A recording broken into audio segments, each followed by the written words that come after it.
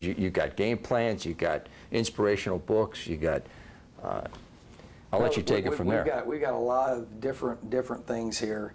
Obviously, we got, you know, Tom Coughlin's book, Earn the Right to Win. You know, I spend a lot of time, you know, reading, obviously, Belichick, Tom Coughlin, Lombardi, Landry. You know, try to spend a lot of time talking. One of the things fascinating about that book is just, you know, he really came in and completely changed the culture. Tony Evans, Kingdom Man, you know, that's obviously, you know, my team chaplain, you know, bought that for me, and just, you know, I like to spend a lot of time reading. I call it the Book of Victory. You know, my mom gave me the 10 Commandments right there. This actually here, this little deal here is actually the sling inside there. And I went to Israel, into the valley. I stood in the valley where David slayed Goliath. And the pebbles in that deal are from that valley. And so I kind of keep that there to remind me that, you know, David was not the underdog. David knew he was going to win. This is every game plan. Obviously, you know, that's just UCLA. That's every breakdown, or, you know, just how we break them down. Obviously, it's our training camp schedule there.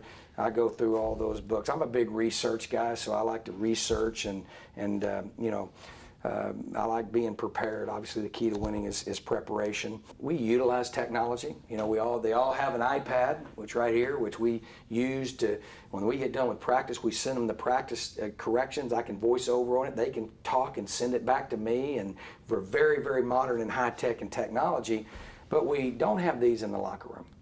We don't have these when we sit down and eat as a family, because they won't talk to each other. And so we have to work on really being able to connect with them in how they understand and see things. So here's the Whizzer. You know, that's one of the first people I met was Whizzer White when I came here, and you know, obviously that was he was so kind to me and good to me, and I just like to be reminded of whom I represent. This is you know, the Territorial Cup. You know, that's probably the most important thing we do. We got our helmets back here. This says some key wins.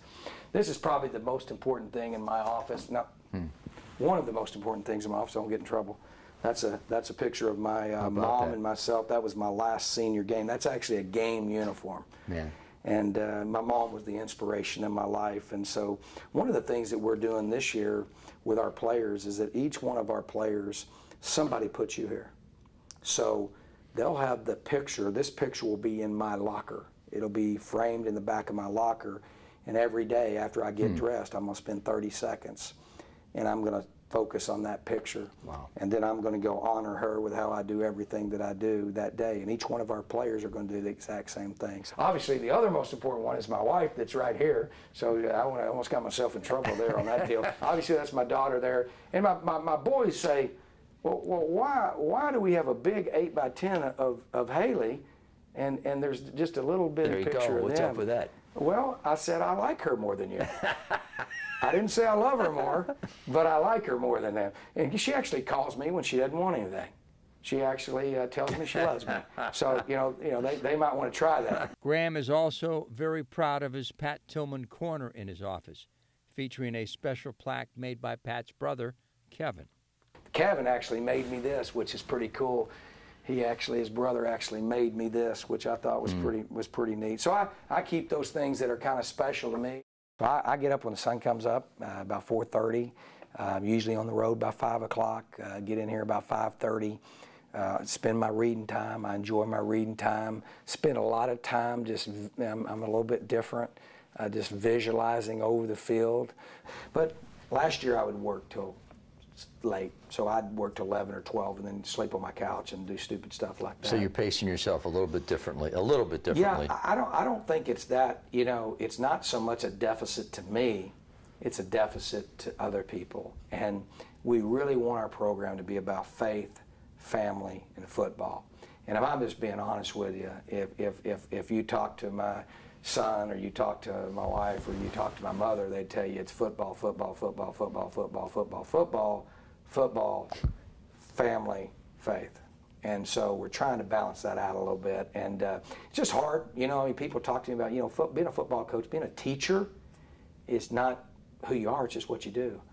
And boy, I just go like, man, what do you, can't grasp that, because I live for this. I love it. I love watching film. I love working. I love competing. I love teaching. Coach, when I say special teams, you say?